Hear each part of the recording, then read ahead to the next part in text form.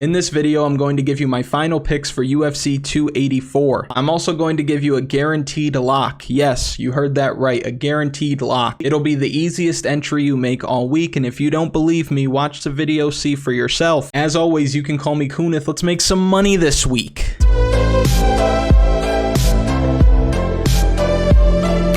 If you haven't already, go back and watch the predictions video from earlier in the week. That'll be linked in the top of the description. That's where we go over the entire card, start to finish, top down. We talk about spots that we like, spots that we don't like from a betting perspective. And if you want the official bets, you can go to kunithmma.com right under blog, and you can see my official bets for the week. Write that down, write that down! Luckily for us, the card is held up at least now. We had a ton of sick fights that fell out way before fight week, but we still have 13 fights to work with, so we can get right into value plays. And these are plays at 8,000 and below in terms of salary. These are plays that you're going to have to put in your lineup to make things work, and right at 7,900 will be our first value play, and that's Blake Bilder. Blake Bilder is fighting Shane Young this week. Shane Young has not looked impressive in the UFC at all. Shane Young is up against it this week. Blake Bilder's coming with a wrestling-heavy game plan, and he probably wins this fight inside the distance with either ground and pound or submission. Now, Blake Bilder is hittable. He's going to stand in the pocket, and Shane Young is going to try to land on him, but I don't see Shane Young having a whole lot of success once Blake Bilder is able to establish that clinch. He's a popular pick this week, but the skill set is there for him to not only win this fight, but look good. And when we talk about Draftkings, we know that wrestling and grappling is the most heavily scored, heavily rewarded fighting style. So if he goes out there and secures a takedown, Shane Young gets up, he secures another takedown and finishes him in the first round, you're looking at a minimum of 100 Draftkings points. Really good spot for Blake Bilder and serious value at 7,900. Our second value play that we're going to be looking at sits at 7,800, Parker Porter. So Parker Porter, he's up against it this week against Justin Tafa because Tafa's going to be throwing heavy leather. And this is probably one of those fights that you're going to want exposure to both sides of if you're playing a lot of lineups, because if Justin Tafa wins, it's probably a quick knockout. And if Parker Porter wins, he's probably scoring around 106, 101 Draftkings points like we've seen him do in the past. For as much flack as this guy gets, he throws a ton of strikes, and that's something that's going to really serve him well down here at 7,800, and especially against Justin Tafa, who's going to slow down a little bit as the fight goes on and could be overwhelmed with pressure. You see here against Josh Parisian, Chase Sherman, 164, 159 strikes. These aren't just strikes thrown, these are strikes landed. And you see a lot of these end up being significant strikes as well. He puts combinations together, he puts a lot out there, and I also think that he's going to be able to wrestle Justin Tafa here if he wants. If he gets Justin Tafa on the mat, Tafa's not getting back up. And I can't get up! Parker Porter doesn't have that one-shot knockout power that you'd like to see at the heavyweight division, but he does make up for it with pressure, with pace,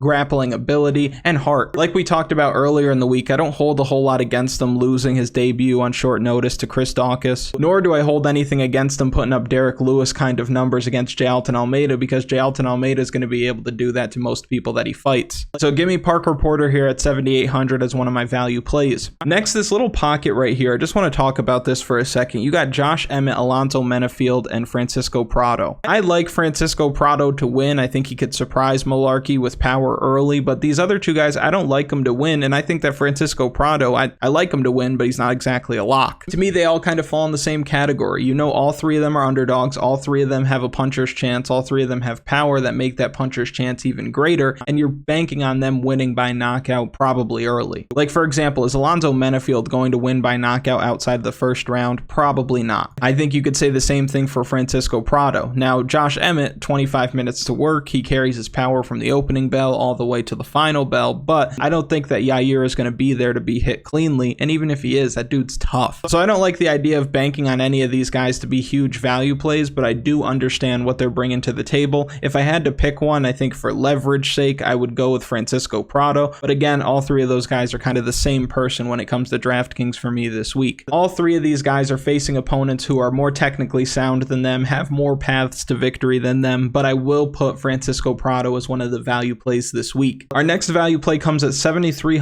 Modestas Bukauskas. So I know that this isn't the most popular pick, but I think that Modestas Bukauskas has a real shot here. And I say that because there's still a lot of unknowns, a lot of question marks with Tyson Pedro. And Tyson Pedro getting easy fights, and I don't know what the UFC's plan is. Maybe they're trying to build him up by giving him very very winnable fights, a la Paddy Pimblett. And maybe they look at Modestas Bukauskas as another very winnable fight, considering that he's been finished in 2 of his 3 UFC fights and he was cut from the promotion. The guy's going to be fighting in front of his home crowd. Why not give him somebody like Modestas Bukauskas who he can look good against, finish, the crowd goes crazy, everybody loves Tyson Pedro. But for Bukauskas, he might be brought in to lose here, but that's not what he's looking to do. Bukauskas needs to stay on his horse. He needs to move a ton. He needs to get Tyson Pedro tired, extend him beyond that first round, because Tyson Pedro has not won a fight as a professional outside of the first round. He'll make mistakes. I do think that he'll look for a way out if Bukauskas starts putting it on him, and I think that Bukauskas at 7,300 is somebody that not many people are going to look to play this week. He's worth plugging into your lineups, especially if you play a lot of lineups. I do like Modestas Bukauskas this week, and I think that this fight is a situation where you probably need the winner, because I don't see it going the distance at all. But give me Modestas Bukauskas as one of the value plays this week at 7,300. But when you start to look below that, it gets a little dicey. Elise Reed has a terrible matchup. Randy Brown is up against somebody who looks like a destroyer right now. Don Shaintis is in a similar position as Randy Brown. You got Alexander Volkanovski against probably the best fighter on the planet, best fighter on the roster. And then all the way down here, you have Oliveira or Brenner, whatever you want to call him, in a tough matchup against Zubaira Tukhugov in a short notice spot. He's probably going to get lit up and lose in the first or second round. So for value plays, I'll land right about here with these 4. I don't love that there aren't that many on this card, but I do think that this is a card with 13 fights. I wouldn't be surprised if 11 favorites, 10 favorites win this week. But now that we know what our value plays are, we can start building some lineups, and we'll start with cash game lineups for you cash game grinders out there. But before we do, if you haven't already, please like the video, consider subscribing to the channel, and comment something for the algorithm. You know how that algorithm works. Now let's open this back up and let's look at our cash game lineup this week. So when I'm building cash games, I think this is an obvious spot that you want to start with. Oh, hell no.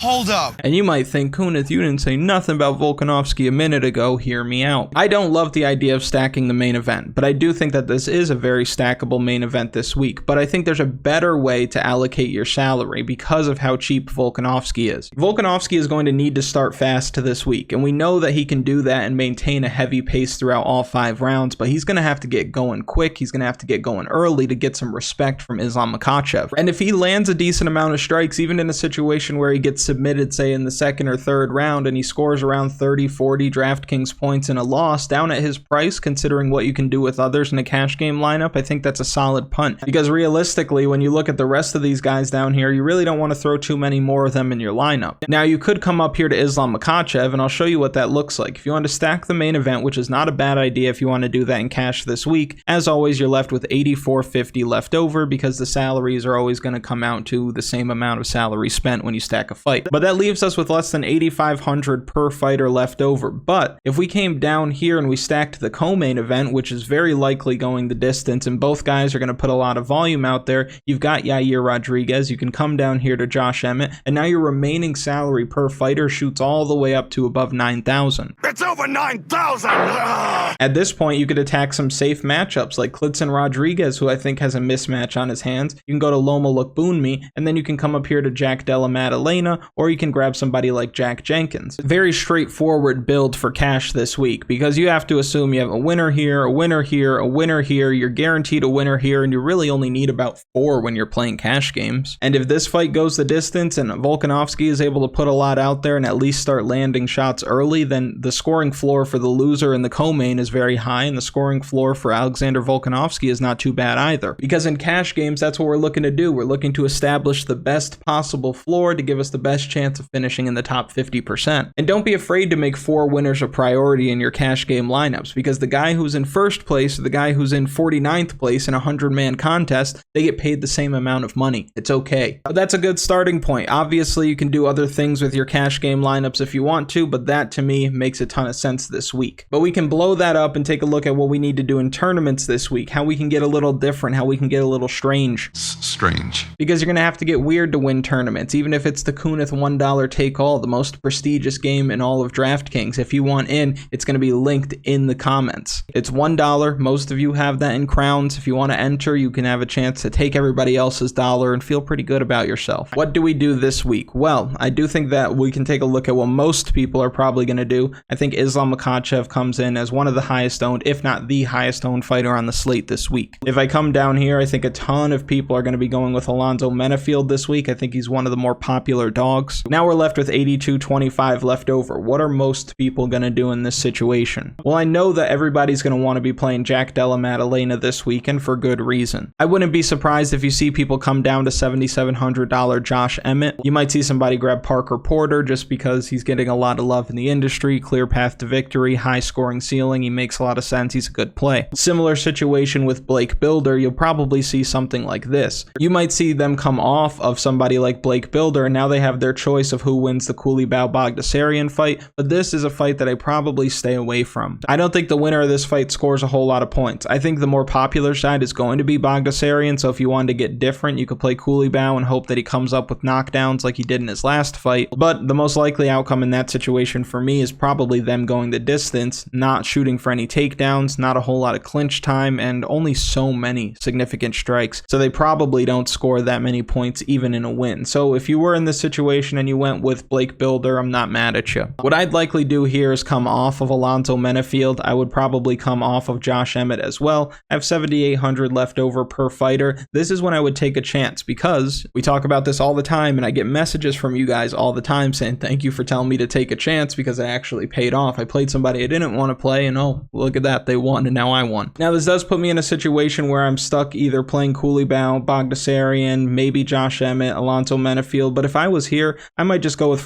Prado and hope that the new kid can come up with a big knockdown, knockout maybe, and then you've got 800 salary left over. This is very different. A lot of people aren't going to come with something like this. Now, if you want to avoid the uber chalk that is Islam Makhachev, which I don't know if that's the best idea considering his scoring ceiling, you can come off of him and come all the way down to somebody like Crute, for example, at 8,600. Now, what this does is it allows you to do anything else that you want with your lineup. For example, if you want to take Prado out, you can come up here to Loma Lookboonme. If you think Loma Lookboonme goes the distance and you're a little bit worried about her ceiling, you can grab another guy who probably doesn't go the distance. And in this lineup, it makes sense to go with Kleydson Rodrigues, or you can go with Yair Rodrigues at 8,500. You've left a lot of salary on the table, but not many people are going to do that this week. Another thing that people probably don't do this week is come all the way up here to Zubaira Tukhugov at 9,600. This is a crazy number to pay for Zubaira Tukhugov, considering that he doesn't really score that many points typically. If you look at some of these wins, 61 points in a win, 45 points in a win, 73 points in a win. He's got some high scores in there, but the majority of his wins are pretty low scoring affairs. Even in his draw against Lerone Murphy, he's got 55 points. Let's say one judge gave him the extra round. He gets an extra 30 points for winning a decision, 85 DraftKings points. It's not a ton. So for those reasons, a lot of people, they're going to check the game log. A lot of people that you play against in these contests are game log watchers. They look at the game log, or rather the fight log, and they see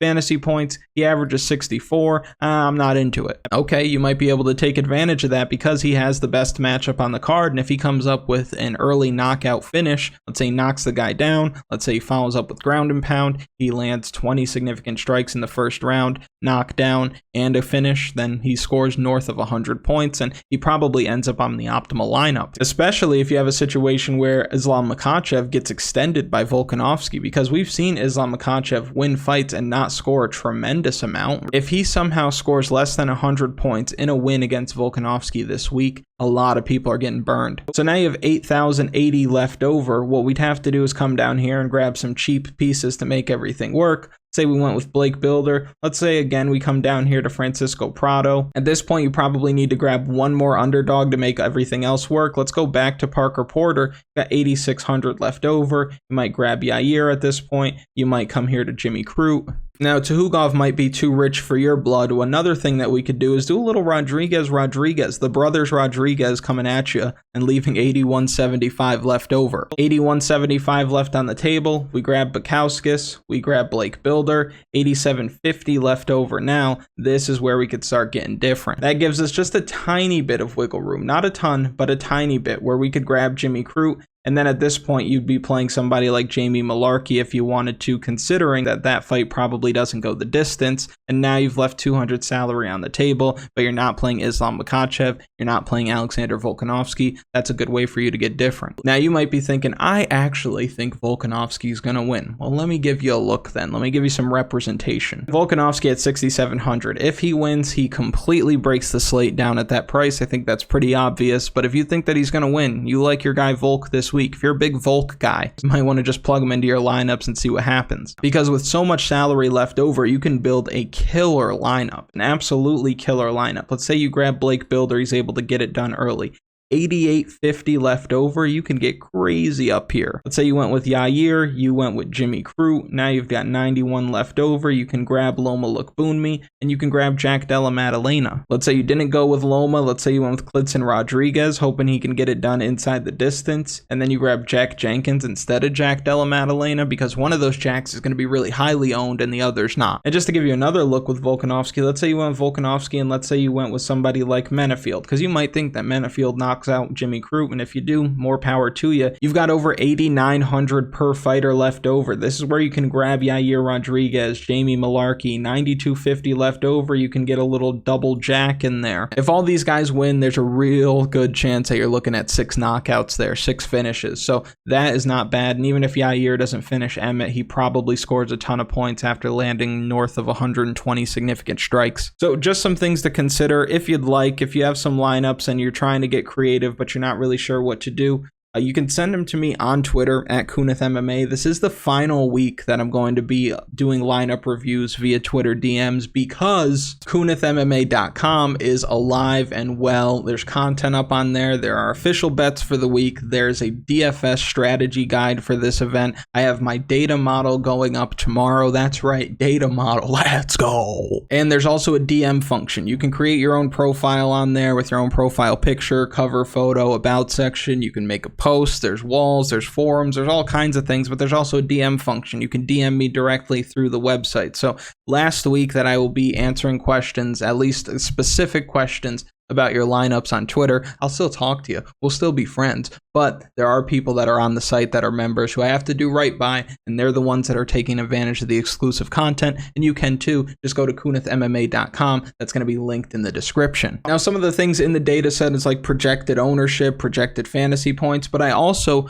went ahead and started projecting strikes for you as well as takedowns, because that's what we're going to be looking at when we're hitting props on Underdog Fantasy. Now, I want to show you what I was talking about that guaranteed pick earlier in the video. So obviously, my birds have tickets and a date to the big dance this weekend, and Jalen Hurts, aka the Fresh Prince, aka the MVP, aka the best leader in all of sports, he has a special on Underdog Fantasy this week where if he runs for a yard or passes for a yard, you have won that entry. What I'd suggest is you plug him in and then you plug in somebody from MMA whose prop you like, because the cool thing about Underdog is you can take several sports, add them all to the same entry. So you can have football, basketball, and MMA all in the same entry. Now, when you go to KunithMMA.com and you look at the data model and you look at the projections, you're going to be able to see where I think you would make the most money or makes the most sense to place on your entries when it comes to the props on Underdog Fantasy. But I like to give some away in the video as well, and I think that one of the best props on Underdog for MMA this week is Della Madelena finish. So basically, if you just took this, you had Della Madelena and the Jalen Hurts special in there. All you're really worried about is Della Madelena winning by knockout. You put $20 in, you're getting $60 out. Another prop that I really like this week is Yair Rodrigues going over 107.5 significant strikes. You put 20 in, 120 out, and all you need is really 2 things to happen. So you've gone 6x on your money, and you're hoping for 2 very likely outcomes. They don't put the significant strike number this high unless they know the guy's going to be throwing a ton. But you can take advantage of this offer if you're already on Underdog Fantasy, but obviously if you are new, you'll be able to take advantage of the offer, and you'll also be able to take advantage of a first-time deposit match up to $100. You can use promo code Kunith, KUNATH, when you sign up, or you can go right through the link that I'm going to have at the top of the comments, and I'll have it linked in the description.